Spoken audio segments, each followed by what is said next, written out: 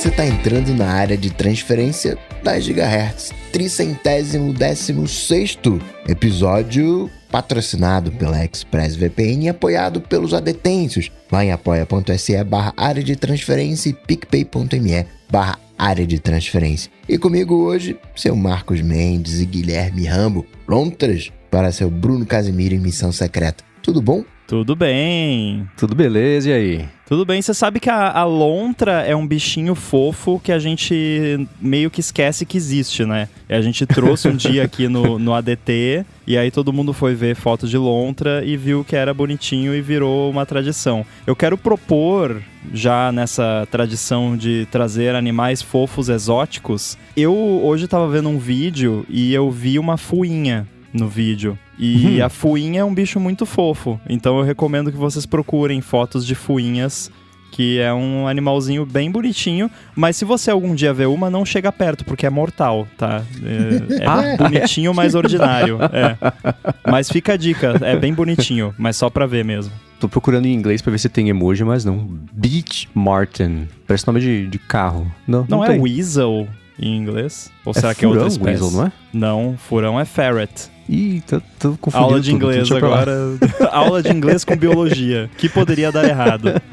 Eu vou falar uma coisa pra vocês. Se eu estiver andando na rua, né, onde eu moro tem muito jacaré. Jacaré eu consigo reconhecer. Mas Aqui também tem. Se passar na rua, assim, uma fuinha, uma lontra ou um furão, eu não vou saber diferenciar.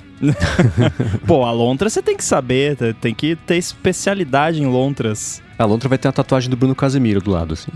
É fácil, ó, eu vou falar de um jeito que você sempre vai acertar. A lontra é maior que uma cabeça. Ok, boa referência. O furão e a fuinha, não. Aí já é uma boa referência. Porque você vai vendo foto, né? Tem uns bichinhos que eles são muito iguais, né? Verdade. Ele não tem noção de tamanho, de formato. Cara, tá encerrado o momento Biologia, Globo Rural, Discovery Planet aqui. Rambo, eu sei que tem alguma coisa estranha acontecendo com o seu e-mail que eu tô curioso pra saber o que é pra gente poder conversar a respeito. Olha, é difícil até explicar. Eu quis guardar isso pro ADT porque eu só queria compartilhar isso com alguém que é uma situação curiosa, peculiar e engraçada, talvez. Então, semana passada eu comecei a receber no meu... Eu tenho um e-mail do Gmail, que é o meu e-mail genérico que eu uso meio que pra tudo que é cadastro e coisa que vai me mandar spam, sabe? Eu uso esse e-mail do Gmail, que não é nada muito importante, mas também não é completamente descartável, então tá nesse meio termo aí. Se você procurar na web, deve ter esse meu e-mail publicamente em algum lugar, porque é um e-mail que eu uso há muito tempo. Enfim. Comecei a receber nesse e-mail muitos e-mails do Google. Aqui está o código para redefinir o seu e-mail, né? O seu acesso e tal.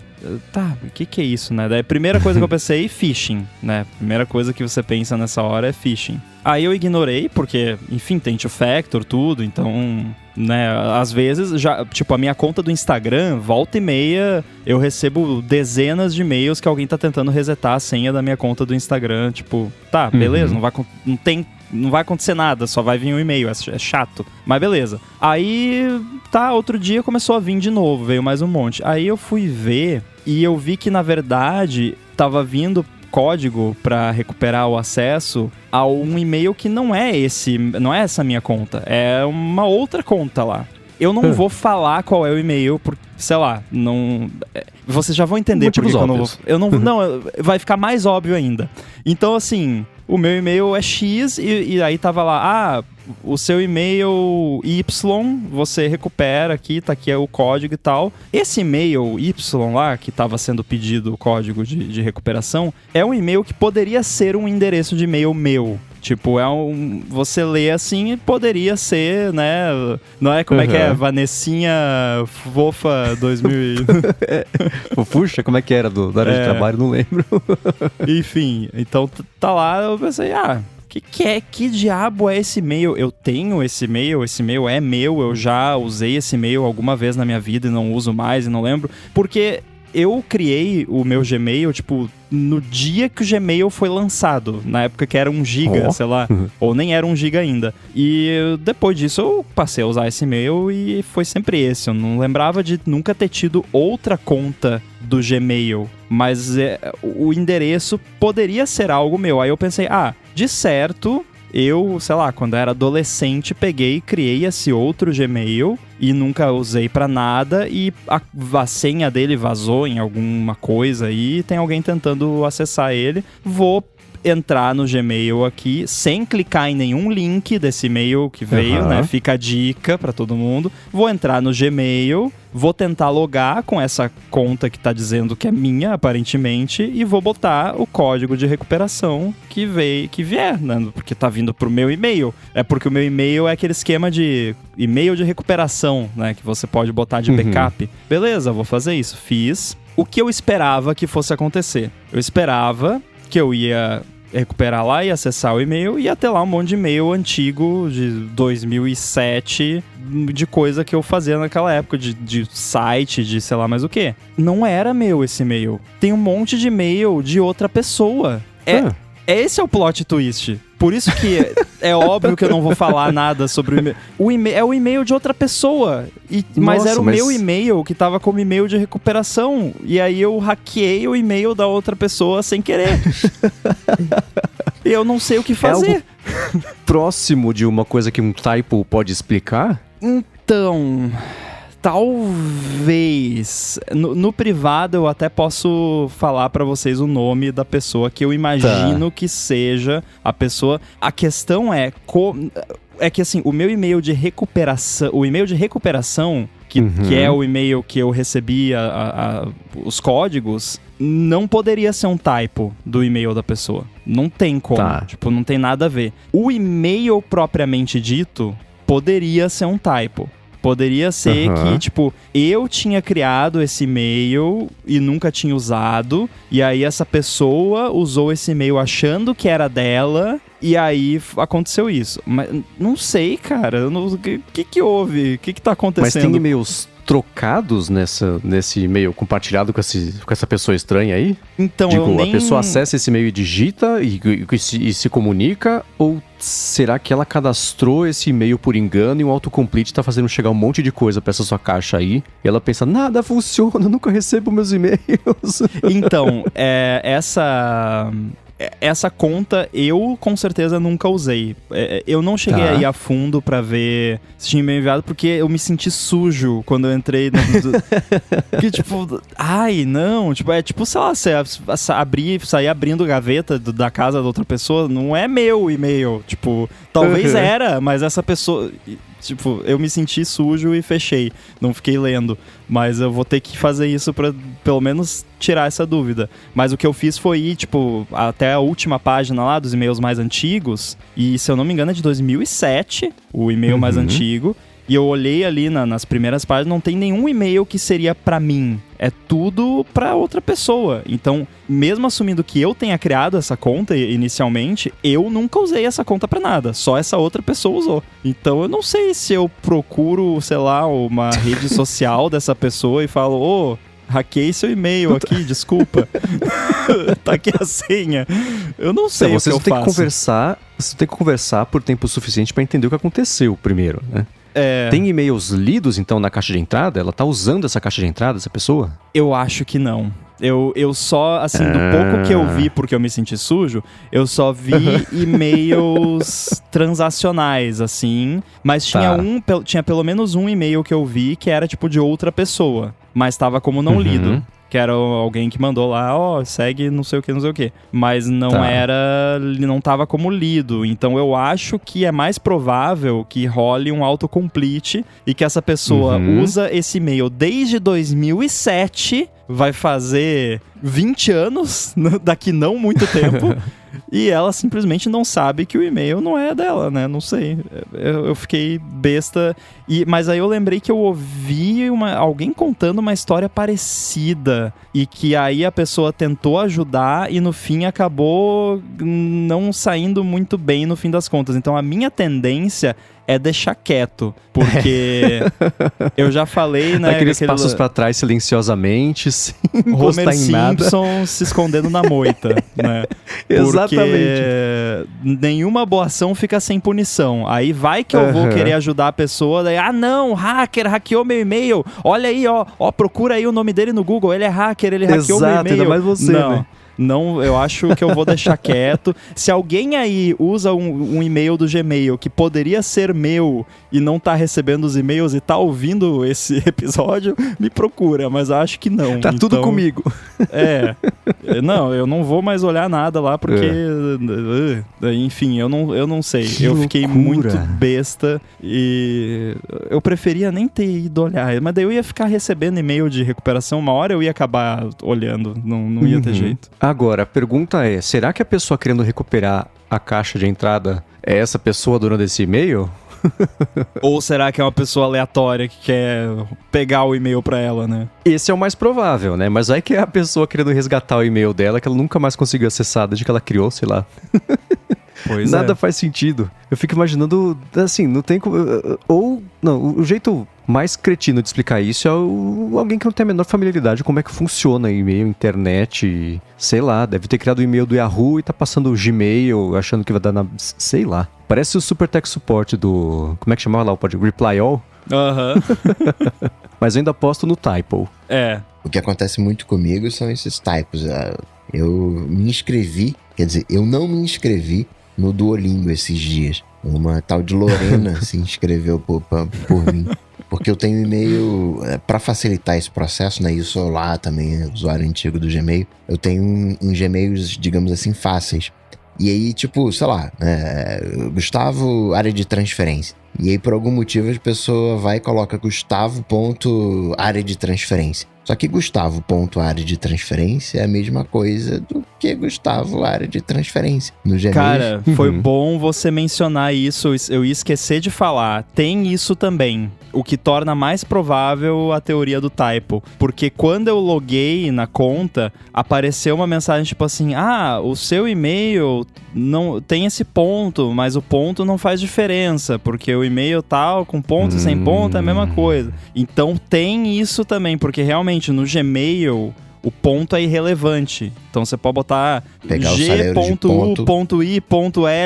é a mesma coisa. Tipo, não faz diferença se tem ou não tem o ponto. Então pode ser que este seja o ponto também do problema. O ponto do problema é o ponto, então. Eu ouvi uma história triste, né, esses dias. Não sei se é verdade, talvez seja fake news. Mas se for fake news, pelo menos é interessante. Eram 2 pessoas para fazer um transplante. E elas tinham nomes iguais. Só mudava o último sobrenome. E aí, você é o fulano de tal? Eu sou o fulano de tal. Aí fizeram as coisas erradas, né? Em vez de um pro um, foi do outro pro um. Então tem que, né? Que deve ter de casos assim também em a companhia aérea, em aviação, nessas confusões de nome. Porque a gente acaba achando que são coisas únicas, né? E acaba tendo uma colisão uma hora ou outra. Cara, eu sou a favor de todo bebê que nasce já nascer com o UUID. E com um chip implantado no braço. É o Rambo comunista. Faz já tatua um QR Code na pele. Não, é um chip NFC, pronto. Que nem a gente bota em cachorro. Então, eu não sei se eu já falei sobre isso aqui, mas eu sempre achei que deveria ter algum tipo de rastreador para colocar em recém-nascido e em cachorro, porque é uma ideia que parece muito monstruosa até a hora que some um. Aí, já pensou que legal você conseguir rastrear pro GPS? Não sei como é que funcionaria, porque você tem que ter uma bateria ou sei lá, mas é muito absurdo. Eu fico imaginando que há muito tempo, assim, quando isso for uma coisa relativamente comum, sei lá, pensar que no passado as pessoas nasciam e ficavam soltas na vida, você não conseguia... Se a criança sumisse, ela só sumia, né? Se o cachorro sumisse, ele só sumia. Então, eu sempre achei que deveria poder colocar um chipzinho ali, né, atrás na nuca ali, o subcutâneo ali, pra você conseguir se sumir, beleza. Aí depois que fez uma idade mínima lá, com 12 anos, não sei como é que seriam os detalhes disso, né? Porque depois de um tempo começa a ficar estranho e tem toda a questão óbvia de privacidade que eu não tô ignorando, mas ainda assim, né? Some uma criança, se tivesse um GPS, e seria melhor, né? O problema é que daria pra tirar, né? Aí a pessoa chegava lá daria. pra sequestrar e já levava o bisturi junto, né? Tá.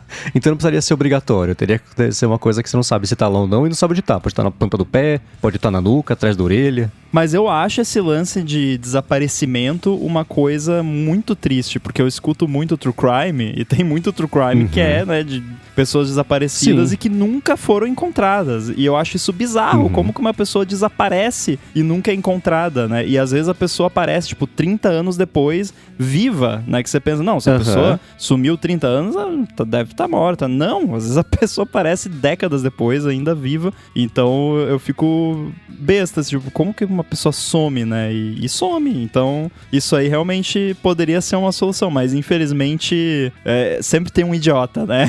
A galera já ia saber contornar isso aí, com certeza. Bota a pessoa numa gaiola de Faraday pra transportar, sei lá. Aconteceu isso esses dias. Uma mulher que tinha sumido da Pensilvânia há 30 anos, acharam ela num asilo em Porto Rico. Teve um caso na Índia, não teve? Que a moça foi pegar um ônibus e só voltou 30 anos depois. Tipo, se perdeu e foi comprar voltou cigarro. 30 anos Esse depois. eu não vi, que loucura. Agora, Mendes, você tava falando do Soulseek uns episódios atrás. O Dante mandou um follow-old. O Soulseek continua funcionando a todo vapor até hoje. DJs ainda usam para trocar músicas, principalmente aquelas, né, que saem apenas em vinil. Muita música eletrônica não é lançada em formato digital. Galera ripa e troca. Olha só, não sabia dessa. E é engraçado que o Soulseek na época já era uma coisa não exatamente underground, mas só usava a galera que era isso. Eu colecionava bootleg do Iron Maiden. O Dante usa até hoje pra fazer esse lance de música eletrônica também, né? Então era uma coisa meio nichada, mas era a pirataria da categoria outros das coisas da internet, né? Pirataria hipster. Exato, exato. E eu cacei aqui, que loucura, eles têm o mesmo logotipinho que é lá, um pássaro, sei lá, que é com as asas abertas, que engraçado, é meio viagem no tempo, assim, eu vou ver a interface, só falta, é quase igual. Eu vi como aqui é que nos era prints, parece que é igual. 15 anos. Não mudou nada. Que engraçado, viagem no tempo total, olha.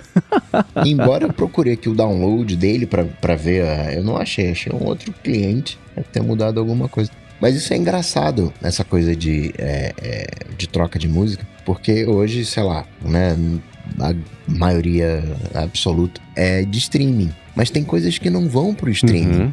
Né? Você pega, por exemplo, uma banda de igreja, né? Ali, aí faz o CDzinho ali, aquela coisa comemorativa ali pra galera ali da igreja e como é que você faz pra ouvir isso, né? Você vai colocar o CD... Bom, o lugar mais apropriado é literalmente o Soulseek pra você achar música de igreja.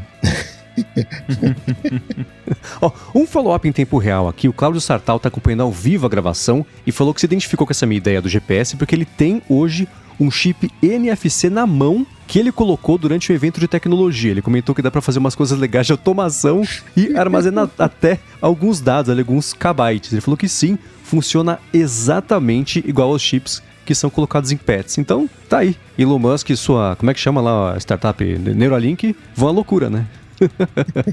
Encosta na maçaneta, a maçaneta abre. Então, tá vendo só? Agora, você falou sobre o Dante, deixa eu comentar uma coisa bem bacana que ele mandou pra mim nessa semana. Ele sonorizou o aplicativo Ice Cubes pro Mastodon com sons feitos com cubos de gelo. Então, que legal. Pra quem embaixo tá usando, o aplicativo, a sonorização é do Dante. E eu comentei com ele, me remeteu bem, assim, primórdios de iPhone, até começo de Mac, aqueles sons naturais, né? Não era nada sintetizado, coisa assim. E, quer dizer, tinha também, né? Mas ainda assim, ele falou, a proposta era mais ou menos essa, que ele vai seguir desenvolvendo isso pra lá. Então, quem já tiver percebido os sons do Ice Cubes, é do Dante Gessulho, que bacana. Preciso conversar com o Dante, porque tô precisando de uns sonzinhos aí. Vamos conversar. Olá. Nesse mundo, né, open source, tem dificuldade de design né, aberto, sei lá, mas sons abertos a gente já tá tendo. Nossa, eu lembro quando eu fazia produção Flash que tinha um site que eu vou tentar lembrar o nome aqui, acho que Flash Kit chamava, que tinha umas bibliotecas de sons, mas era tudo tão ruim. E dava pra ver, era o que tinha pra usar na época, né? Assim, projetos sem orçamento, não dava pra pegar aquela biblioteca linda de sons da Warner, aquela coisa gigantesca, cheia de coisa. Então eram todos os barulhinhos, bipzinho assim, que todo o site usava, e meio mal gravado, assim, super comprimido, mas era o que tinha. Então me dá calafrios lembrar da época do Flash Kit. Aquele kit multimídia do computador do milhão, que tinha aquele microfoninho. Eu vou deixar uma dica para hoje em dia, felizmente já há bastante tempo, tem fontes melhores para conteúdo desse tipo. Eu uso quando eu preciso assim de algum sonzinho, freesound.org. Tá no nome, Freesound, né? Interessante. É um site onde os próprios usuários podem subir sons. Aí tem musiquinha, tem efeitos sonoros, tem um monte de lixo, né? Óbvio. Mas até hoje, tudo que eu precisava, assim, às vezes, teve uma vez que, sei lá, tem um episódio do Stack Trace, o John falou, bota uma musiquinha de elevador aqui, né, nessa parte. Eu fui lá, procurei Elevator Music e achei, e botei, ou tipo um barulho de batida de carro, de copo quebrando, sei lá. Enfim, você acha tudo lá. Fica a dica então, se alguém tá precisando. Mas se tá precisando de algo profissional mesmo, fala com o Dante, né? Boa! E Mendes, sobre a sua alergia ao Apple Watch, o Fernando Souza sugere que a idade, que é o tempo de uso, porque ele corria com o Apple Watch desde 2015 e começou a ter esse problema em meados de 2019. E aí ele passou a trocar a pulseira e parou com esse problema. Agora ele comprou um Apple Watch e também parou o problema, né, com a pulseira laranja, mas ainda assim ele tá trocando, né, revezando a pulseira enquanto ele treina. Então, né? Você sabe que eu sou mão de vaca, né? Então a minha pulseira do Apple Watch é a minha pulseira do Apple Watch. Não tem alternativas. Eu até cacei aqui pra ver se tinha mais alguma outra pra testar, trocar, usar uns dias uma outra. E não tinha. A boa notícia é que, como eu comentei rapidinho numa fonte, o complemento aqui vai ser: eu corri no fim de semana com a pulseira, e como eu não fiquei aqui em casa no fim de semana, eu fui pra São Paulo, a gente passou o fim de semana em São Paulo, eu andei com o relógio o tempo inteiro. E normal, mesmo tendo feito a corrida, suei, depois eu lavei, etc. Mas ainda assim, e de lá pra cá, então, quarta-feira que a gente tá gravando aqui, eu tô usando o relógio o tempo inteiro, inclusive pra dormir, e não deu mais a alergia. Acho que foi uma coisa pontual mesmo, alguma das hipóteses que a gente levantou aqui na semana passada talvez tenha sido o problema, mas felizmente não voltou essa alergia. De qualquer forma, eu vou ficar mais atento ainda a isso e, enfim, se voltar de novo a alergia, aí eu posso comprar uma outra pulseira ou seguir com a minha ideia de usar menos o Apple Watch, porque não estava fazendo falta. E uma coisa curiosa que eu percebi,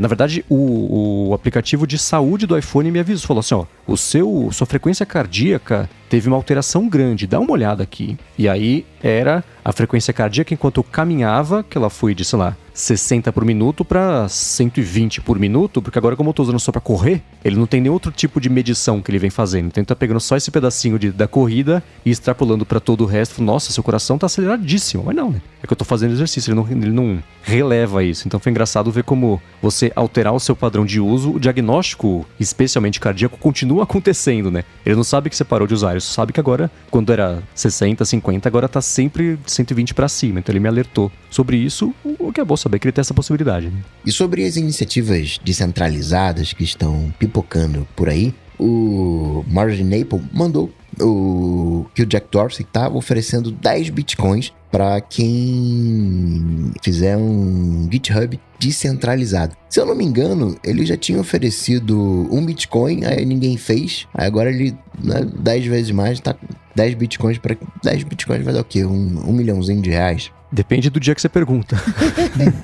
E às vezes até da hora. Tem muitas variáveis aí. Eu quero saber o que vocês acham dessa iniciativa, porque eu tô só engatinhando nesse mundo. É possível? Quer dizer, possível sempre é, né? Mas vamos lá. Eu acho que eu queria fumar o que esse cara tá fumando, porque ele tá entrando numas... Essa galera, desculpa, tá? É preconceito, eu admito, mas essa galera tá louca no cripto aí, que tá fumando cripto, eles querem botar cripto em tudo, e aí permissionless, descentralizado, com não sei o que, e twist carpado. Cara, tá... Alguém faz, então, e ganha aí o dinheiro pra ele parar de falar nisso. Porque, sei lá, eu consigo ver vantagens, talvez, e você dizer assim, não, eu acho que deveria existir mais opções além do GitHub para quem quer usar algo a respeito, né, de compartilhamento de código e tudo mais. Porém, o Git é descentralizado. Ele sempre foi assim. O grande diferencial do Git como controle de versão em relação a outras opções como o SVN, né, o Subversion, que é o que a galera usava antes, era o estado da arte, é justamente essa. O Subversion, você precisava de um servidor para você poder fazer o seu gerenciamento de código. O Git nunca precisou. O Git, você cria o repositório na sua máquina e você sincroniza com o repositório remoto se você quiser, senão você deixa ele na sua máquina e você pode sincronizar ele com quantos repositórios remotos você quiser, não precisa ser só com um, né? Então você pode ter o seu repositório local, aí você sincroniza ele com outro computador na sua rede, com o GitHub, com o Bitbucket, com o GitLab, enfim, o mesmo repositório você consegue sincronizar com vários serviços, então já é descentralizado. Aí você quer meter cripto e blockchain e não sei o que no meio, sabe? Tá, tudo bem, o GitHub hoje em dia é da Microsoft, mas eu não vejo o GitHub como um problema de monopólio perigoso, como é o caso de algumas outras coisas que a gente já falou aqui. Então, sei lá, parece mais uma viagem louca de cripto. A alegação, né, inicial é porque teve um projeto que foi removido a Microsoft falou, tira esse projeto do GitHub. Então seria uma maneira de não retirar os projetos do ar. Mas aí você volta naquela questão de Twitter e coisa que a gente já falou, né? Que liberdade de expressão, não é, tal, e aí a galera que não estava satisfeita foi lá, criou sua própria rede, aí vai lá, sei lá, a Amazon e tira do ar, porque a coisa fica tão feia que né, nem a hospedagem quer se meter com isso. Então, assim, não é como se o GitHub fosse a única forma de você publicar código na internet. É uma das formas. E a Microsoft é dona do GitHub e se ela não quer que o seu código esteja lá, ela tira. É dela, tá nos termos de uso, sabe? Eu não vejo isso como uma grande coisa. As pessoas agem como se certos canais na internet fossem, assim, onipotentes, que é só aquele, tipo, o único jeito de eu compartilhar meu código na internet é via GitHub. É o que vai te dar mais visibilidade? Provavelmente é, porque o GitHub, por motivos, é o mais popular, mas você tem Bitbucket, você tem GitLab. GitLab tem self-hosted, você pode hospedar você mesmo, ou você pode botar um arquivo zip num servidor seu e botar o código lá. Então, a Microsoft não tá censurando ninguém por tirar o código da pessoa do GitHub e não tá impedindo aquilo de ser visto, tá impedindo de ser visto no GitHub, mas, né, é isso. Sei lá, eu acho isso um grande nada. Porque a pessoa pode ir lá e botar em outro lugar e pronto. Se é tão importante o código assim, faz diferença se ele tá no GitHub ou não? Se for tão importante assim, que as pessoas querem tanto ver que a Microsoft quer calar o programador, as pessoas vão ir ver onde quer que esteja o código, não precisa estar no GitHub. Hoje você já tem, né, a gente acaba falando muito de criptomoedas e tal, mas existem blockchains de armazenamento, onde você coloca lá um arquivo. Então, em tese, né, ainda que o Git você possa usar vários repositórios, pode usar a sua própria máquina, enfim, você tem ali um caminho já de redirecionamento em um arquivo que você coloca. Claro que tem custo, tem uma série de problemas, tem que tornar isso tudo amigável, mas um arquivo que você coloca lá, ele está criptografado, né? Só você sabe o que tem dentro daquele arquivo e não tem como ninguém tirar aquele arquivo, remover aquele arquivo. Escutando isso tudo, eu só penso que é mais um dos projetos e das ideias do Jack Dorsey que a cabeça dele nos últimos 10 anos tem essa linha de raciocínio apoiada no blockchain, não sei o que lá. Ele é hoje o CEO da Block, né? Então, eu não sei se ainda é o CEO, enfim, tá lá, mas acho que ele ainda é o CEO, que ele compartilhava o tempo dele disso entre isso e o Twitter, e também entre ficar fazendo os jejuns dele e as viagens espirituais. Você vê um cara meio fora da casinha, assim. É legal ter essas pessoas em cargo de liderança no mundo da tecnologia, porque elas provocam discussões como essa, o que é positivo, mas ultimamente eu não vejo nada além do exercício argumentativo criativo, as tecnologias mesmo, que estão aparecendo pra gente no dia a dia, eu não vejo elas saírem daí, né? Então essa é mais uma ideia dele e, assim, a gente tá falando sobre essa ideia e sobre abrir não sei, né, eu vou falar errado, mas o protocolo do Git e de Bitcoin, que é o sonho do Jack Dorsey, que isso entre mesmo na pauta popular. Então, tá, sim. Se você colocasse essa frase dele sem falar quem é o autor e você falar quem falou isso, assim, tem a cara do Jack Dorsey do começo ao fim, todas as letras nessa sequência só poderiam ter sido ditas por ele, né? Então, ok, se der pra chegar numa solução bacana, ótimo, né? Sim, mas ele segue há 15 anos tentando criar sozinho uma coisa tão relevante quanto o Twitter, que ele criou por acidente e foi demitido 2 vezes, né? Então, ele tem essa motivação pra emplacar uma coisa nova mesmo, né? O próprio Blue Sky, Freud explica, né? Então tem um pouco disso, né? Cara, você falou dessa pegada dele, de espiritual, e retiros, e jejum, e não sei mais o que são crenças dele, crendices dele, e o cripto, blockchain é mais uma, sabe? Então eu vejo muito, e eu gosto da ideia de blockchain, eu acho que tem várias aplicações práticas excelentes, como por exemplo, substituir cartório. Eu acho excelente essa ideia. Tem outras ideias muito boas em blockchain, mas a galera que virou meio que uma astrologia de nerd, assim, sabe? É uma parada, desculpa quem acredita em astrologia, eu acho uma besteira, mas assim, é uma astrologia de nerd. O cara acredita em blockchain e tudo é blockchain. Então, se não tiver blockchain, não resolve. E aí, sei lá, tudo que a pessoa vê um problema e, não, isso aqui é blockchain. É que nem a pessoa que você faz aquário, né? Tipo, pra mim é a mesma coisa. E, de novo, tem aplicações muito boas de blockchain. Essa não é uma delas, eu pelo menos não acho. Mais ainda do que a aplicação, acho que a gente está vivendo um momento pró-descentralização. De alguma maneira, o Linux só é o Linux porque ele é aberto. Ser aberto é diferente de ser descentralizado, mas acho que tem alguma relação aí, né? Quando o Linux começa, né? Quem usava o Linux ali nos anos 90, né? E hoje, né, tá aí dominando o mundo. Substituiu o Windows para efeitos práticos, né? O mundo de servidores é todo Linux. Hoje, dentro do Windows, você tem Linux. E no início, na verdade nem no início, né? Muito da proposta inicial do GNU não veio ao mundo, né? Ficou pelo meio do caminho, né? Foi substituído pelo Linux, né? O sistema operacional. E, né, o próprio Git, ele sai não de dentro do Linux, mas por causa do desenvolvimento do Linux, né?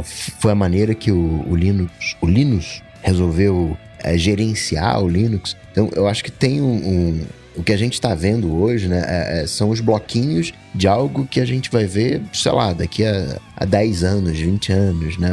Um cartório blockchain não vai acontecer amanhã, né? Tem vários, né, consciência da galera, aquela coisa toda, né? Tem todo um processo para chegar lá, não, mas já tem aí os bloquinhos necessários, né? Já tem uma galera falando de armazenamento, já tem uma galera falando de processamento e assim a coisa vai indo. O que não pode é fechar, né? Originalmente, em 2015, o Elon Musk, junto de outras pessoas, criaram a OpenAI para... não, vamos fazer aqueles negócios legais aqui, pesquisar inteligência artificial, e vai ser tudo aberto, vai ser mó legal. Aí, em 2019, eles viram que a coisa estava dando certo, foram e fecharam. Não, a gente não vai ser mais uma ONG, agora a gente vai aceitar aqui investidores. Podia chamar Closed AI, né?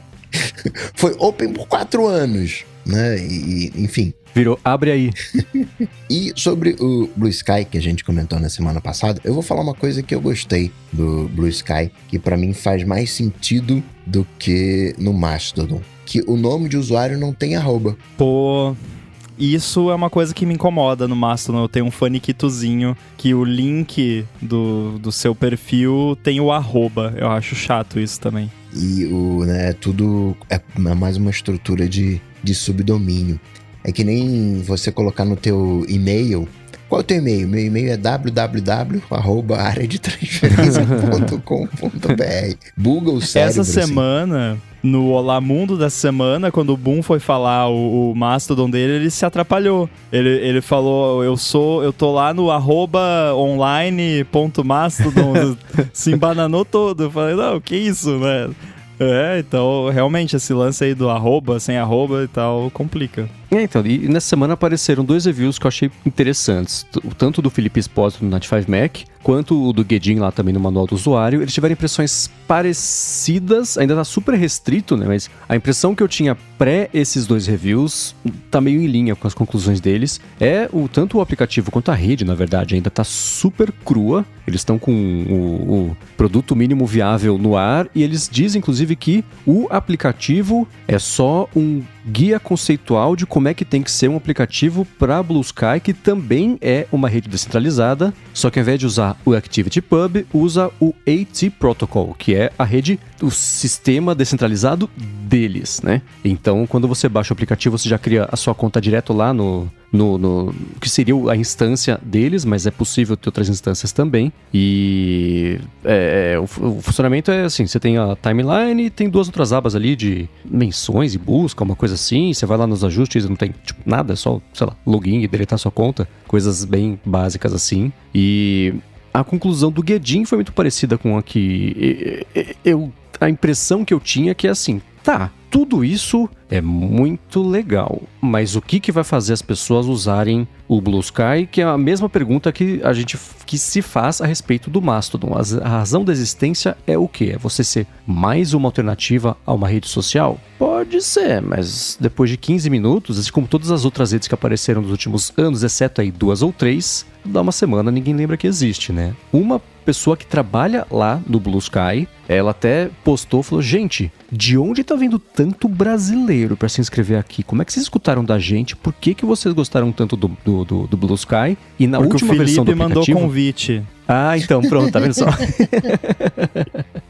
E na última atualização do aplicativo deles, eles já traduziram o app para português. Então dá pra ver que assim como... É curioso que repete um pouquinho o que a Rede Cool viu acontecer com ela há 3, 4 meses e que hoje eu traçam, recebo né? toda semana um e-mail para verificados. Entre no nosso Eles mandam lá um link. Eu não sei porque que eu não cancelei esse negócio. Né? Foi a primeira pergunta que eu me fiz a respeito disso. Pois é. Mas ela falou, alguém pode me explicar por que tem tanto brasileiro empolgado com o Blue Sky? Como é que vocês ficaram sabendo que existe? Qual é, né? Então, isso, de um lado, confirma um pouquinho aquela impressão que eu tinha na semana passada que eu falei, né? Assim, só porque é uma rede que tá com convite, as pessoas querem medir o quanto elas são descoladas com a rapidez que elas conseguem um convite e nunca vão usar a rede pra nada, né? Então... Cara, isso pode até explicar um pouco a questão do Brasil, porque eu não sei se vocês se lembram, talvez parte da nossa audiência não tenha idade suficiente pra lembrar, mas o Orkut era por convite no começo. Uhum. Você só entrava com convite. E era super restrito, assim, cada pessoa tinha meia dúzia de convite, nem sei quantos, mas era bem limitado. E eu lembro que rolava um hype, assim, não, você tem Orkut? Como que você conseguiu? Nossa, que legal! Então, funciona, né? É impressionante como isso funciona. E eu acho que no Brasil, talvez tenha algo da nossa cultura ou da galera de internet que esse lance de convite pega muito a galera do Brasil. E talvez isso explique, em parte, pelo menos, esse hype em cima da plataforma no Brasil. Uhum. A impressão que eu tenho é essa. E o brasileiro gosta de rede social, né? A gente domina Sim. todas elas e incomoda todo mundo com isso, enquanto vai lá dominando e fica no meio do caminho e acaba se metendo em umas confusões meio malucas aí. Gafanhotos digitais, né? Então... Exato. Os locustos do Egito e os brasileiros de rede social. Então, a conclusão a qual eu chego sem ter usado, mas eu vou emprestar um pouquinho a do Mastodon, é essa, né? São todas as redes buscando um público, mas sem ainda uma razão de ser, né? O Twitter, quando apareceu, tinha um lance que durou até recentemente do imediatismo, a rede do agora. Tem um avião no Hudson, que foi aquela coisa toda que aconteceu, que validou, de certa forma, no comecinho do Twitter, eles como uma rede útil, né?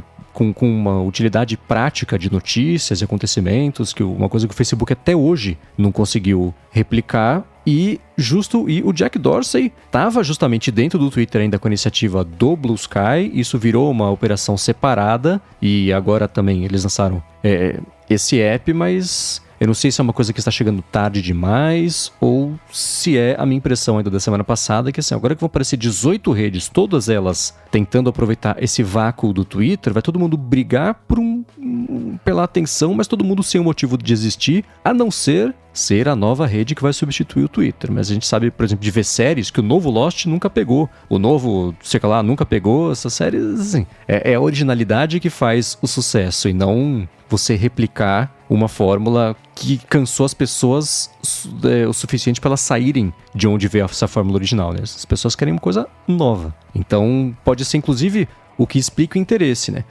Rede social nova. Blue Sky. Você vai lá, consegue o convite e é igual ao Twitter. Fala, pô... Só que ruim, né? Porque não tá pronto, né? Tipo, então... Não que o Twitter esteja pronto e não seja ruim, né? Ainda mais hoje em dia, mas assim, tipo, não dá pra postar GIF, né? Tipo, tá, tudo bem, isso vai dar, daqui uma semana sai um update e dá, mas é assim, pra que eu vou me sujeitar a isso, né? Sem ter nenhuma vantagem. E eu acho muito engraçado que você falou uma coisa, tá em voga, a gente acabou de falar a questão do descentralizado. É descentralizado, mas é o protocolo descentralizado dele. Tá, centralizado pra quem, então, né? Eu acho muito engraçado isso. E aí, assim, se realmente fosse uma parada filosófica que...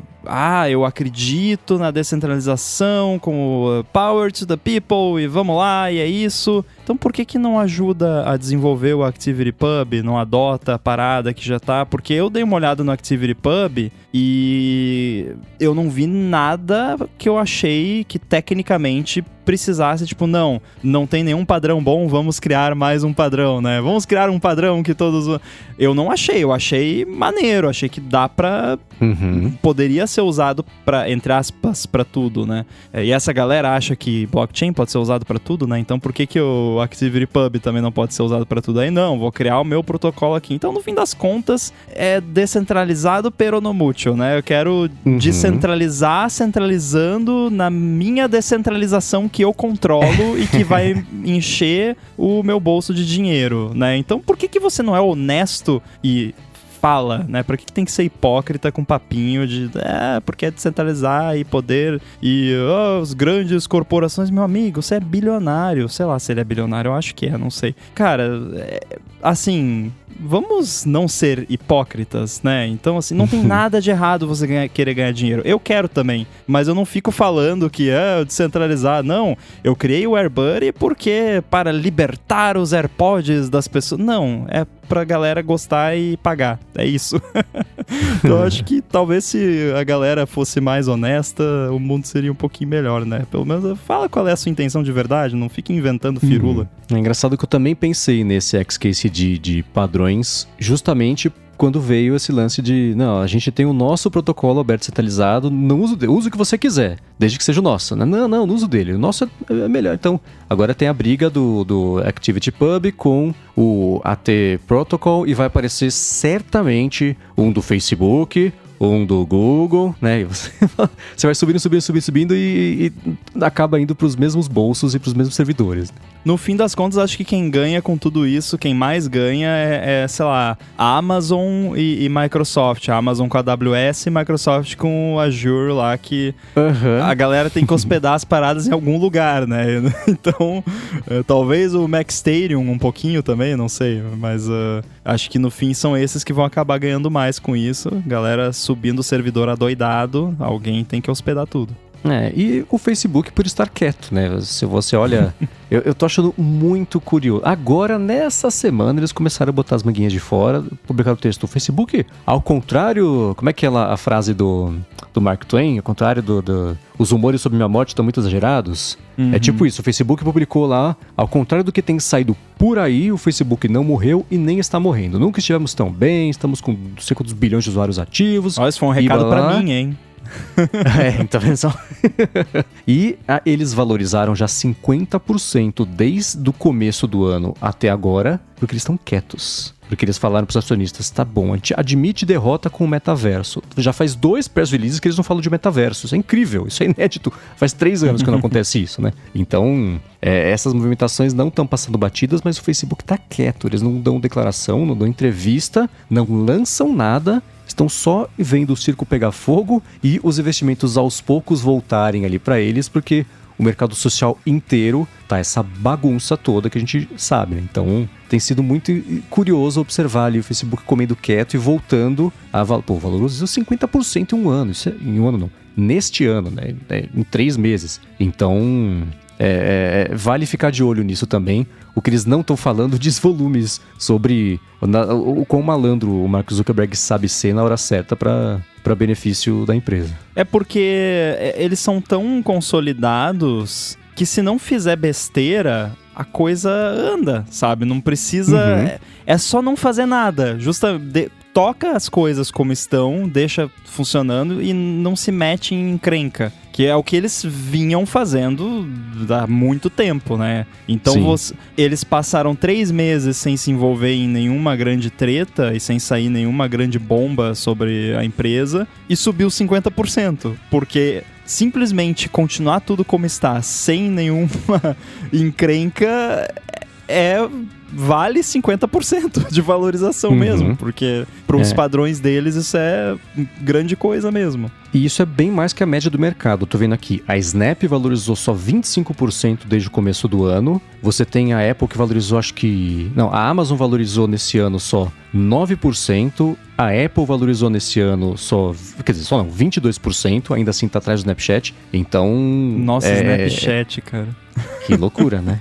Então, tá vendo só? Essas coisas não são por acaso. E é engraçado que, assim, o Facebook, beleza, subiu isso tudo aí, a Apple subiu um pouco menos, e a galera demitindo adoidado, e a gente adora falar, né, bater no Facebook, mas eu vou fazer um elogio ao Facebook, que das empresas todas que tiveram demissão em massa, foi a única que eu vi, pelo menos, que mereceu ser noticiado, que fez de um jeito decente, pelo menos que tratou as pessoas como seres humanos, né? Não que nem Google, que a pessoa recebeu por e-mail que ia ser demitida depois de 20 anos trabalhando na empresa, e não foi uma pessoa só, foram várias, né? Tudo bem que a Apple não demitiu, né? Não fez nenhuma grande demissão em massa de nada. Demitiu terceiros, um monte nessas semanas aí, mas de funcionários mesmo, não. Não na mesma proporção, mas sim. Não, mas assim, pelo menos o Facebook, quando fez isso, fez de um jeito decente, né? E a gente, porque eu fiquei chocado, porque eu pensei que essas empresas todas já sabiam demitir, né?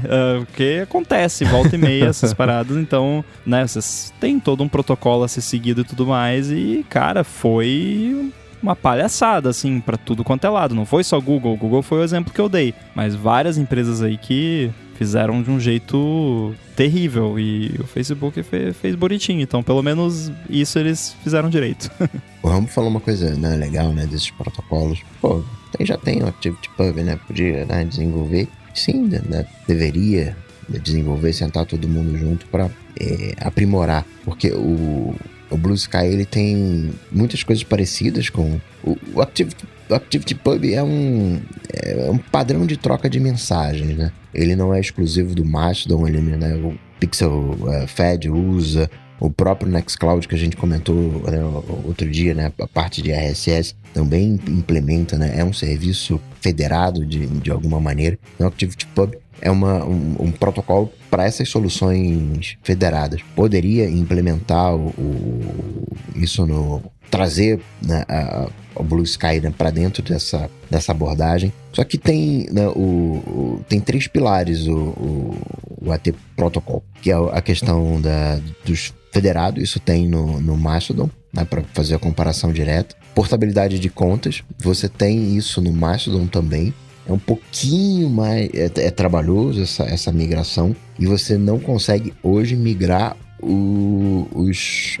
as postagens. Você só migra os seguidores, né? Você só migra tudo menos as postagens. Claro que, né, numa escala infinita de tempo, como diz o Mendes, eles vão fazer a migração das postagens. Mas tem uma coisa que é bacana nesse protocolo, que você escolhe qual é o algoritmo que você quer usar, né? A recomendação, né, que é uma coisa que não tem no Mastodon. No Mastodon é o algoritmo histórico. Já no AT Protocol, você vai conseguir, você vai ter um mercado de algoritmos e eu quero usar esse, quero usar aquele outro. Parece interessante, é uma coisa meio descentralizada em cima de descentralizado, uma coisa meio cripto. Me parece que o Jack Dorsey, ele quer ter um controle maior na coisa dele, que ele quer ter ele não quer sentar com a galera pra conversar, ele quer fazer o descentralizado do jeito dele.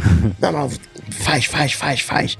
Né? Porque acaba sendo mais rápido do que você sentar e convencer todo mundo a adotar. Mas essa ideia de escolha de algoritmo é extremamente interessante. E outra, nessa escolha de algoritmo, né, que eu acho que ele é bem sucedido, acaba com aquele problema de, entre aspas, de recomendação. Porque foi você que escolheu. Você tá vendo aquilo que você escolheu ver. Aquilo que você pediu pra ver. Já não é mais uma decisão, entre aspas, de empresa. Porque por mais que seja descentralizado, né, ainda é uma empresa.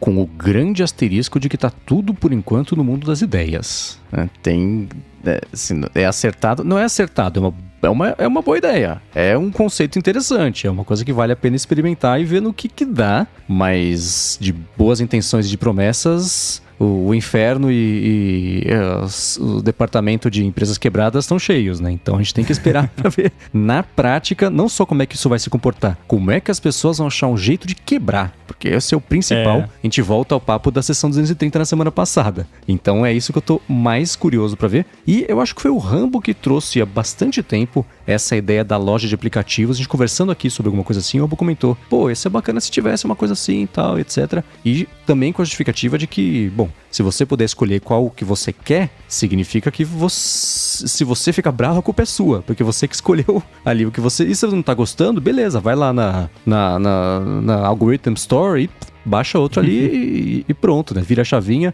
coloca menos ódio, mais ursinho e beleza, né? Isso aí, agora a timeline vai passar a ser assim. Então, sem dúvida, interessante e promissor na teoria. Vamos ver na prática como isso vai funcionar e principalmente como que vão quebrar, que a gente não tá pensando ainda, porque a gente parte da premissa de que isso vai ser feito para as pessoas usarem, não pelas... quer dizer, usarem pro bem, não como uma arma, né? Eu não quero que esse episódio tenha 5 horas de duração, então eu não quero me aprofundar nesse assunto, mas embora, repetindo uma frase que até acho que foi título já de ADT, eu ainda concordo comigo mesmo, com esse lance da loja de algoritmos, eu continuo também concordando comigo mesmo que esse lance de algoritmo virou meio que um placeholder para bicho papão na era digital. Eu acho que as pessoas têm muita raiva de algoritmo e, na verdade, elas estão com raiva delas mesmas, porque quem treina algoritmo é você. Então, se o TikTok tá te mostrando mais dancinha e coisa, muito provavelmente é o que você tem curtido lá e tal. E se o algoritmo tá ruim, você tem pelo menos uma opção, que é não usar mais aquilo, né? Você tá ruim o algoritmo, não tá gostando, você pode não usar mais aquilo. É muito melhor você ter a opção de trocar, né? Ou de, não, me dá só por ordem cronológica. Antigamente, por exemplo, né? Uns 10 anos atrás, quando eu tava começando a usar o YouTube com mais frequência, eu ia na página lá de canais que eu sou inscrito e tava lá em ordem cronológica os vídeos postados e eu assistia na ordem. Era como... Porque eu assinava alguns vídeo podcasts. Vocês lembram disso? Que existia isso? Eu assistia no iTunes, no meu Mac. Então eu assistia lá, acho que tinha o Mac Break Weekly, tinha vídeo podcast. E o Laporte. Isso, tinha vários. E aí era um canal de YouTube, só que, né, descentralizado, porque era por feed RSS. YouTube descentralizado. Então eu assistia, e aí essa galera começou a migrar pro YouTube, eu migrei também. E era lá a página de inscritos, de canais que você é inscrito, e você olhava lá e ia seguindo. E aí hoje em dia você abre lá a home do YouTube e é tudo recomendação, né? E mesmo se você vai lá na parte de canais que você é inscrito, eu acho que já não é mais por ordem cronológica, tem ainda algum tipo de filtro, recomendação e tal. Mas sim, continuo achando a ideia da loja de algoritmos uma boa ideia. Não que as pessoas teriam que pagar por algoritmo, né? Poderia ser loja no sentido de você escolhe, mas se tiver algoritmo pago também, beleza, a pessoa paga. Mas eu ainda continuo achando curiosa essa ideia de rede descentralizada, mas é minha. E a ideia é que o protocolo vai ser como eu quero, mas é descentralizado, tá? Mas uma loja de algoritmos não funcionaria talvez muito bem num YouTube que é fechado, porque você precisaria ter acesso, né, a algumas informações do YouTube para montar esse algoritmo, né?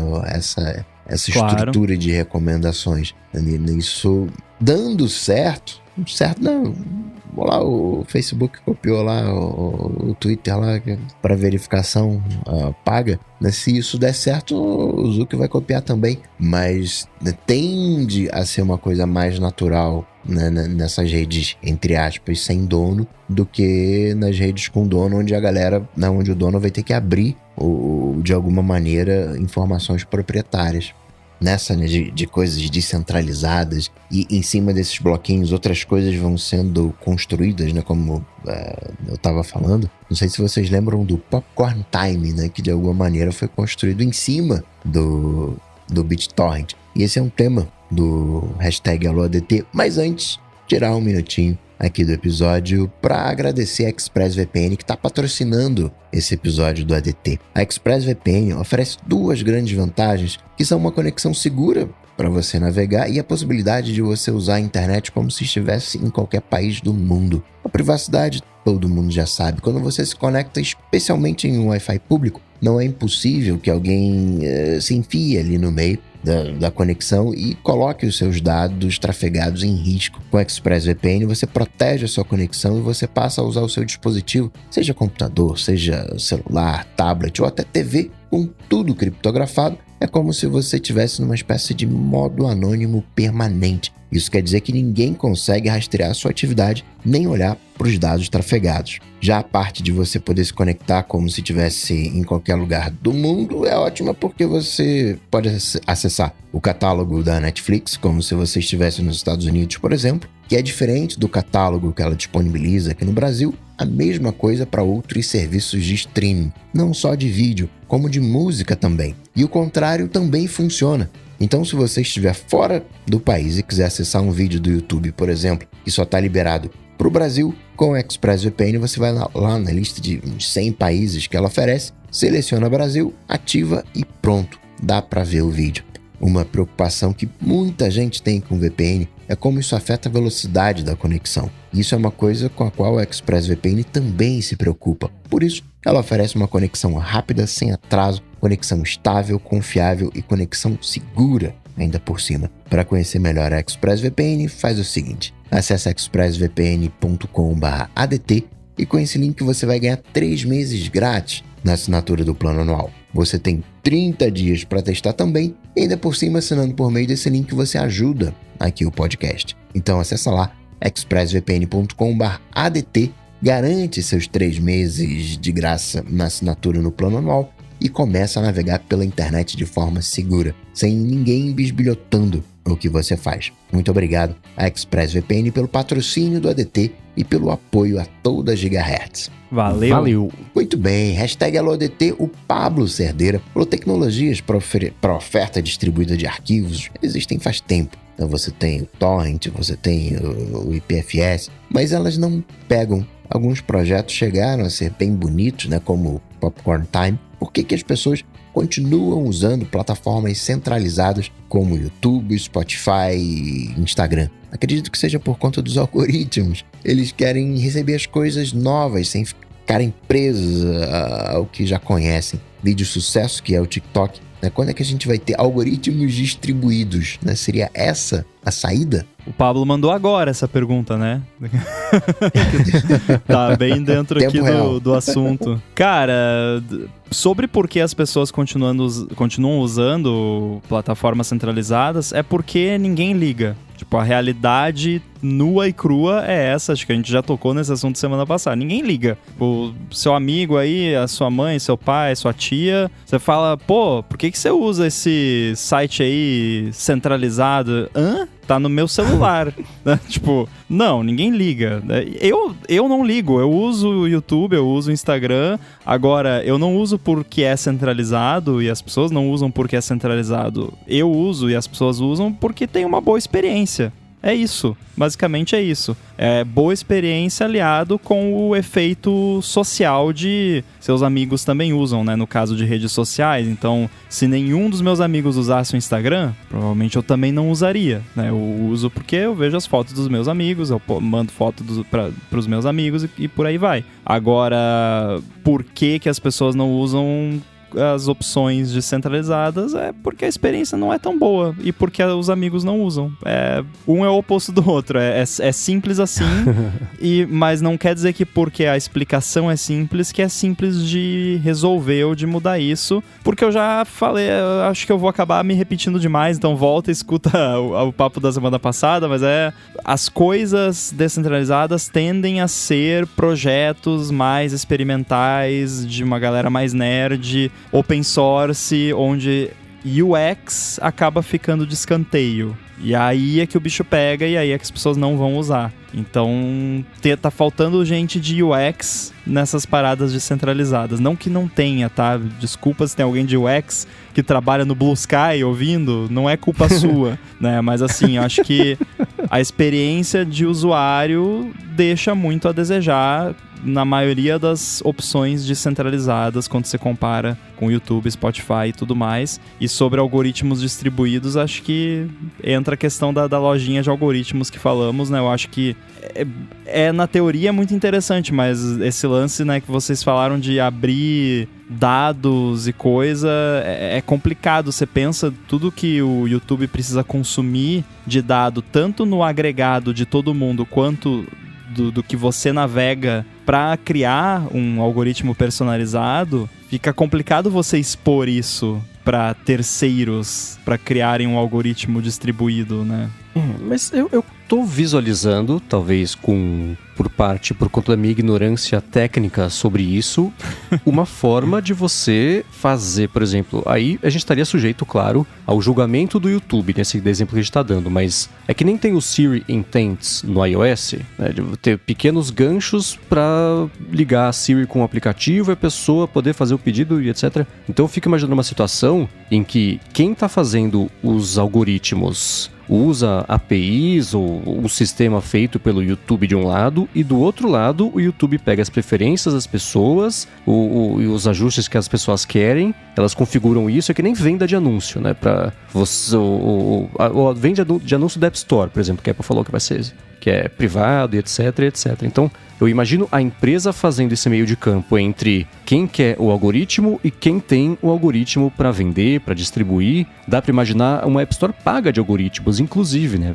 Você vai baixar meu algoritmo aqui, você vai usar, vai ter do jeito que você quiser, mas a cada 10 postagens vai aparecer um anúncio, o YouTube fica com 30%, quem desenvolveu fica com 70%, a não ser que você pague uma assinatura ou que você pague faça uma compra única de R$200 do algoritmo, pronto, agora você não vai ver anúncios. Consigo imaginar uma coisa dessa acontecendo, porque eu acho que nesse caso o potencial para dar certo é muito maior do que só deixar ali, esperar o YouTube abrir isso e deixar o acesso a esses dados uma coisa ampla, que além de ser perigoso, é na prática mesmo. Na prática é impraticável, né? Então não consigo imaginar isso acontecendo, não. Tem uma outra coisa que eu vejo que faz diferença, é o tal do dinheiro. Porque eu pego o controle da minha TV, tem um botãozinho ali, Spotify, tem um botão Netflix, tem um botão YouTube. Achei que você ia falar que tem um botão que sai dinheiro da TV, sei lá. Que manda dinheiro pro fabricante da televisão, né? Tem fabricante de TV que ganha mais dinheiro colocando esses botões do que vendendo TV. Por que eu digo isso, né? Eu não acho que vai ter ou que teria, né? Botar um popcorn time num controle de TV. Até porque o Popcorn Time era uma pirataria safada, né? Não, mas de alguma maneira... Então ia ter uma outra marca aí que ia adotar, sim. Porque, vamos combinar aqui, tirando a questão de produção de conteúdo e né, pirataria, não tem, você não produz o conteúdo, né, N questões. Tecnicamente falando, o Popcorn Time é um Netflix, né, vem em cima de BitTorrent, né, e né, bonitinho ali, você faz uma busca e você dá play.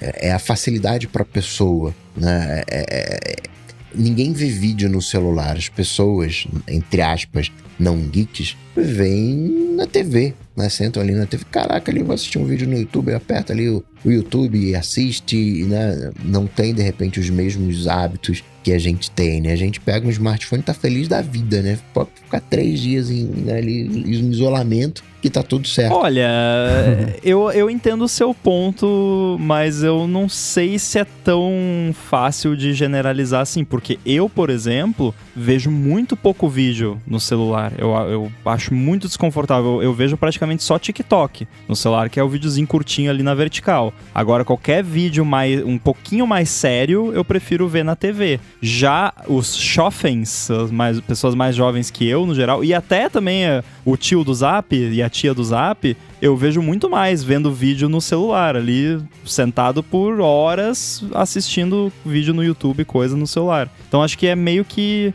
varia de pessoa pra pessoa, não sei se é só questão de ser nerd ou não. Pode ser, mas o ponto que eu quero pensar é que você, Rambo, conseguiria pegar um Popcorn Time e jogar pra TV, né? Isso parece uma coisa trivial, mas muita gente trava nisso, né? Caramba, eu posso pegar aqui o vídeo que tá no celular e jogar pra TV.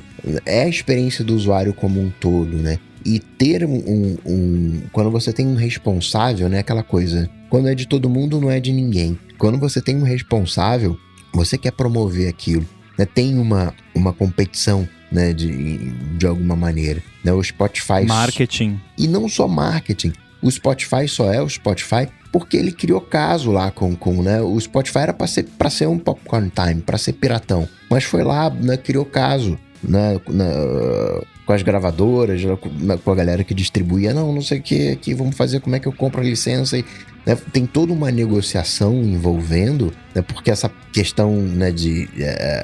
principalmente YouTube, Spotify, tem essa coisa, né, Netflix, tem essa coisa dos direitos autorais e como é que combina tudo isso. Já na rede social, né, no Instagram, né, é o próprio usuário que produz o conteúdo, a gente já pode dizer que são outras regras. Mas, né, tem que ter um responsável. Em algum grau, né, colocar esses algoritmos distribuídos no Mastodon vai ser um parto, porque o Mastodon não pode fazer isso, porque ele segue o protocolo. Então isso tem que ser implementado no protocolo.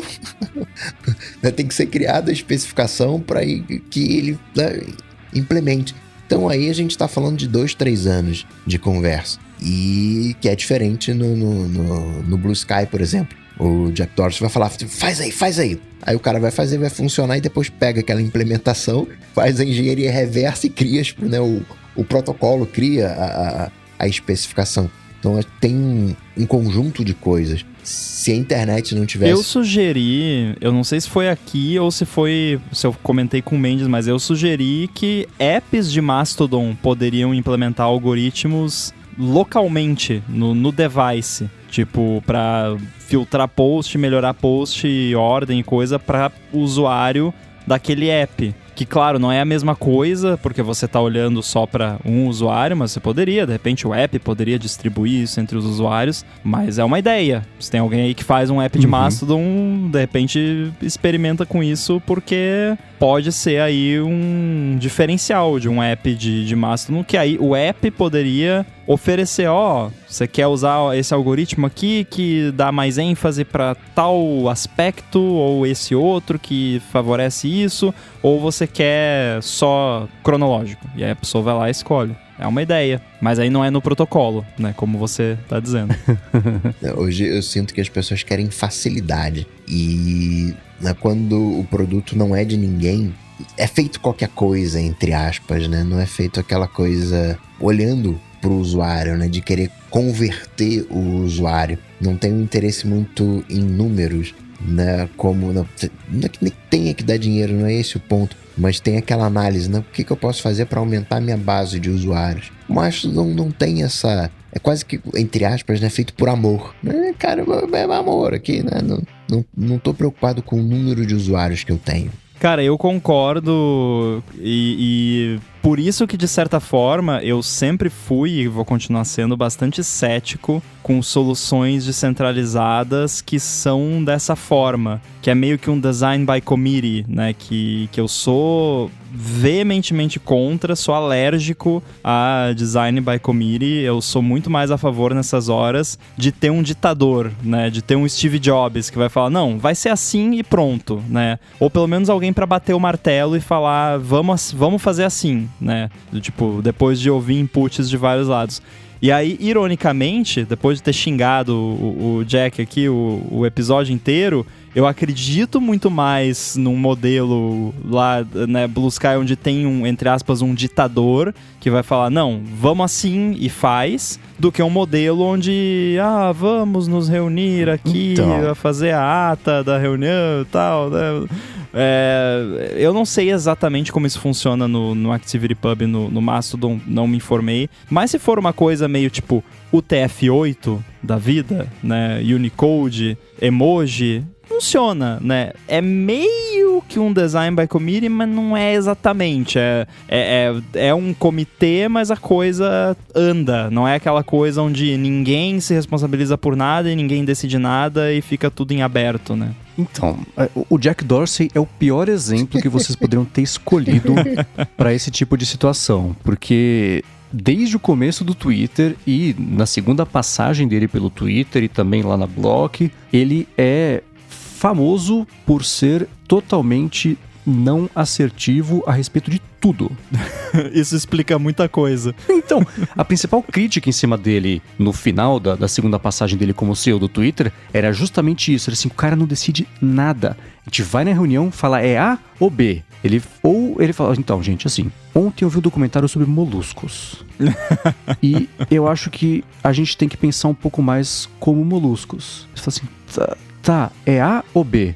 Vamos falar sobre isso amanhã? Aí chegava amanhã, ele não decidia, aí delegava pra alguém, aí a pessoa chegava com ele com a resposta, e ele falava assim, não sei, vamos pensar melhor nisso aí. E nada acontecia nunca, então o Twitter ficou nessa... Sou obrigado a me retratar quando eu tentei amenizar aqui as minhas críticas, mas quando eu fui elogiar o Jack, eu estava errado. Então desculpa, Jack. Ele falava sempre, a galera, as entrevistas com o pessoal que trabalhava com ele na época, assim, ele não dá pra entender, ele fala tudo sempre de um jeito críptico, achando que ele tá sendo muito profundo e ninguém tem a menor ideia, nem ele, do que ele tá falando, então... É porque o cérebro dele tá na blockchain, é cripto. Exato, né? Metade tá na blockchain, metade tá no retiro de projeção astral que ele fez depois de fazer 12 horas de jejum no topo da montanha, sei lá de onde. Projetou o astro e nunca mais voltou. Então, tirando a parte pessoal ali do Jack Dorsey, eu concordo com vocês que precisa sim ter nessas horas alguém pra fazer esse tipo de decisão e falar faça isso e vamos lá, do que ficar nessa indecisão, mas também com o input das pessoas, senão vira justamente o exemplo que todo mundo aqui tá pensando, mas nem vamos falar desse cara porque não queremos encerrar episódio bravos aqui. Que aliás, eu ia até comentar, porque eu consigo ver algumas pessoas que estão escutando isso com má vontade, porque quem tá escutando direito não ia pensar isso. Quando eu falo, tipo, tem que ter um ditador e tal, o ditador é apenas uma forma de falar, é uma pessoa assertiva e decisiva, não é um babaca, tá? Não entendam errado, é apenas uma metáfora, não é literalmente um ditador. Eu sou absolutamente contra a ditadura, qualquer tipo de autoritarismo, então não, isso não invalida as críticas ao cara lá que não vamos falar aqui.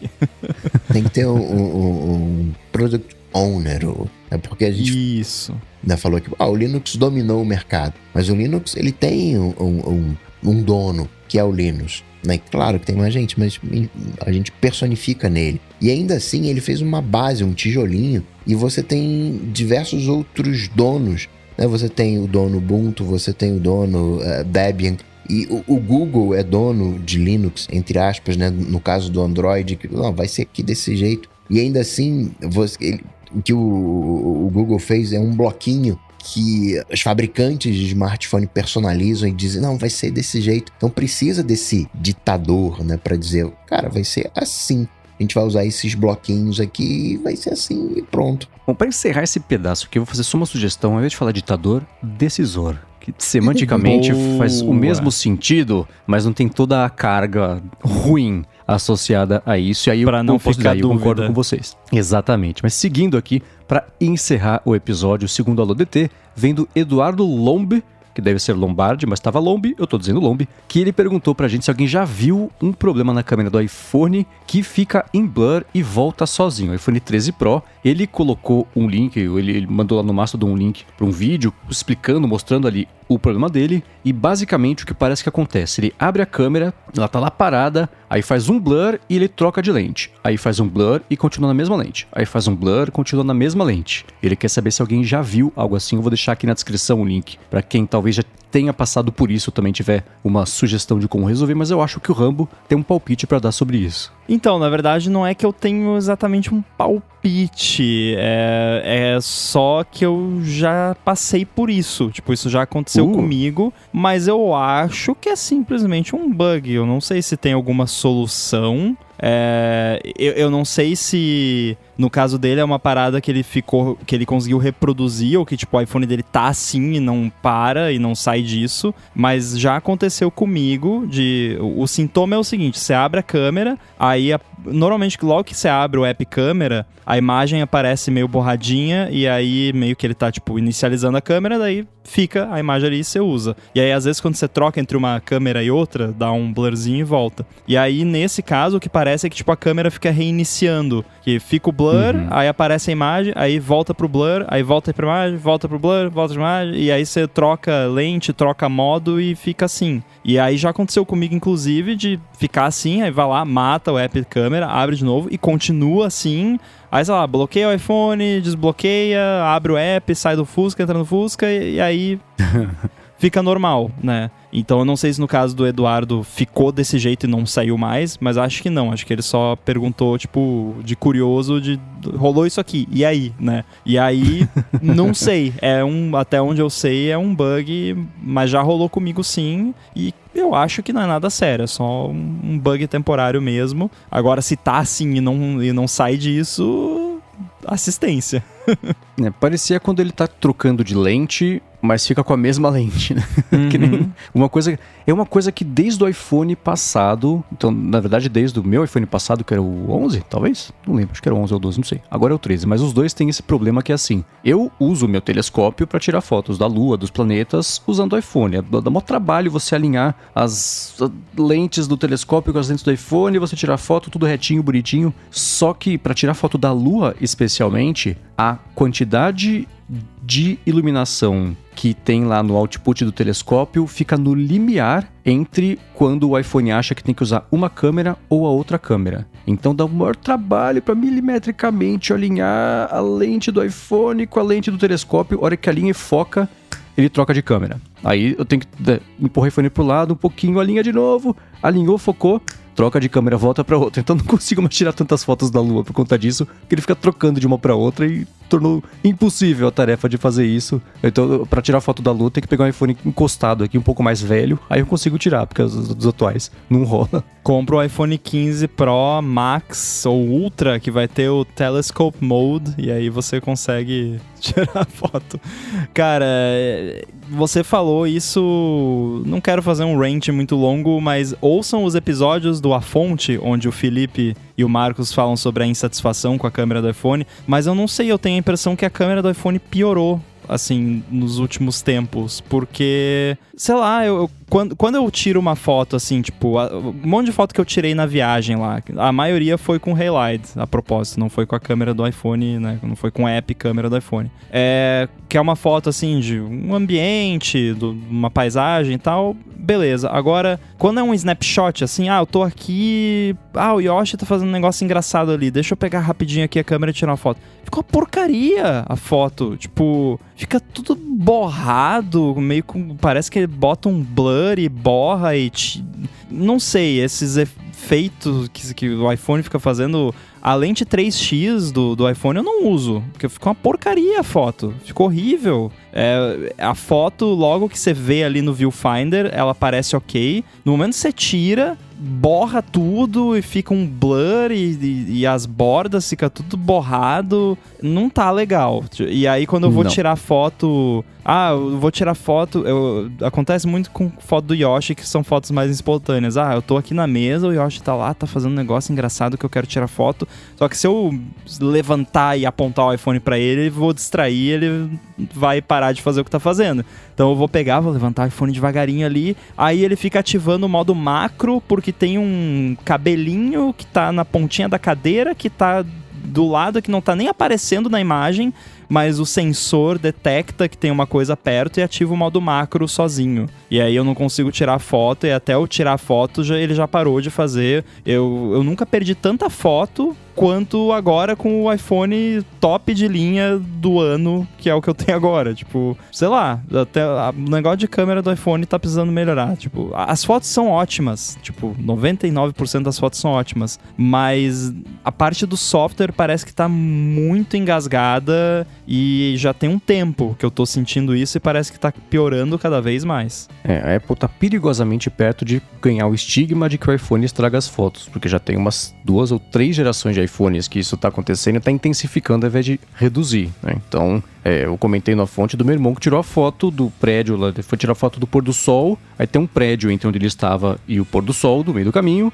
e o iPhone deletou as janelas do prédio. Você olha no prédio, assim, metade do prédio tem janela, outra metade não. Ele juntou, editou, ele mexeu na foto. Fez uma harmonização facial no prédio. Exatamente. Então tá super pesado mesmo e já deveria ter corrigido, em outros tempos já teria corrigido, porque sempre prezaram por manter a fidelidade e, assim, o pêndulo foi pro outro lado com muita força e segue subindo, ele vai fazer um looping, vai dar a volta, né? Então precisa melhorar mesmo. Excelente. Agradecer aos adetêncios que nos apoiam lá em apoia.se/área de transferência e picpay.me/área de transferência, ao patrocínio da ExpressVPN, ao Edu, que faz toda essa mágica acontecer. Para falar comigo, vocês sabem, só lá no Google, bater Cocatec que a gente troca uma bola, ou então na rede centralizada do Instagram, manda uma DM pro @coca.tech. Eu tô lá no mastodon.social, @inside, Guilherme Rambo 2 no Instagram. Boa, eu sou MVC Mendes no Mastodon e no Instagram também. Apresento aqui um monte de podcasts na Gigahertz e também o Bolha Dev, que é um podcast diário com notícias de tecnologia, inovação e desenvolvimento, e escrevo pro f.pt. E lembrando que a Gigahertz também está no Mastodon pelo @gigahertz, lá no mastodon.social. E está transmitindo aqui no YouTube. A Gigahertz também tem um canal no YouTube que, se vocês quiserem se inscrever, porque pode ser que mais pra frente pintem mais coisas aqui pra vocês poderem ver também no canal. O link também vai estar na descrição aqui desse episódio. Tudo dito e posto, a gente volta semana que vem. Tchau, tchau. Falou. Valeu.